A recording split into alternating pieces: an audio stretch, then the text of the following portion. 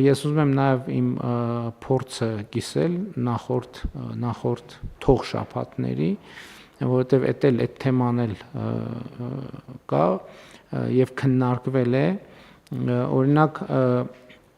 զբոսաշրջության ոլորտում մայիսին շատ տեսանելի եւ էական աճ ունենք եւ այդ աճի ֆիզիկական արտահայտությունը ինքս եւ իմ ընտանիքը զգացել է, օրինակ պատկերացրեք, որ Գորիսում հյուրանոց գտնելը բավականին խնդրահարույց է եւ այն պայմաններում, երբ Գորիսը ոնց որ թե իր հյուրանոցային տնտեսությամբ Հայաստանում բավական առաջատար դիրքեր ունի, ոնց որ թե Երևանից, Գյումրիից հետո ոնց որ կարծես լավ, եթե ոչ երրորդը, գոնե 4-5-րդ հյուրանոցային տնտեսությունը ունի, ինչը շատ լավ է, բայց ես ուզում եմ մեր ուշադրությունը հրավիրել նաև, որ սա նաև արդյունք է նրա, որ մենք Գորիսում զբոսաշրջային ենթակառուցվածքների ծրագրով շատ մեծ ներդրում արեցինք եւ ես վերջին իմ այցը Գորիս ցույց տվեց, որ քաղաքի կենտրոնը առնվազն ըստ էության հասել այն տեսքի, որ շատ մեծ տպավորություն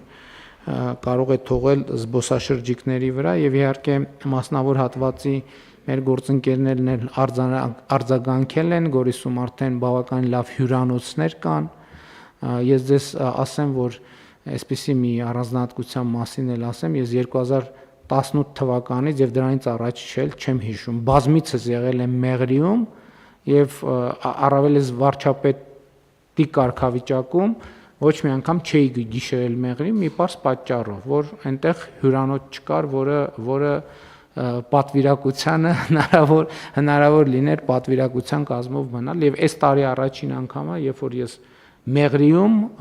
գիշերել եմ, որովհետեւ արդեն այնտեղ նորաբաց հյուրանոց կա եւ սրանք կարծում եմ ազդակներ են, որ մենք պետքա ճիշտ ներկայացնենք եւ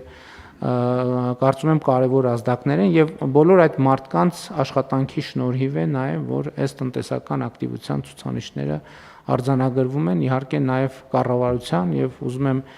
մեր տնտեսության ոլորտում մեր աշխատող բոլոր մեր հայրենակիցներին, ովքեր աշխատում են, արդյունք են ստեղծում եւ վճարում են օրենքով սահմանված հարկերը, բոլորին շնորհակալություն հայտնել եւ կառավարության գործադիր իշխանության մեր գործընկերներին էլ շնորհակալություն հայտնել, հույս ունենալով, որ այս տեմպը, տնտեսության այս տեմպը կարողանանք պահպանել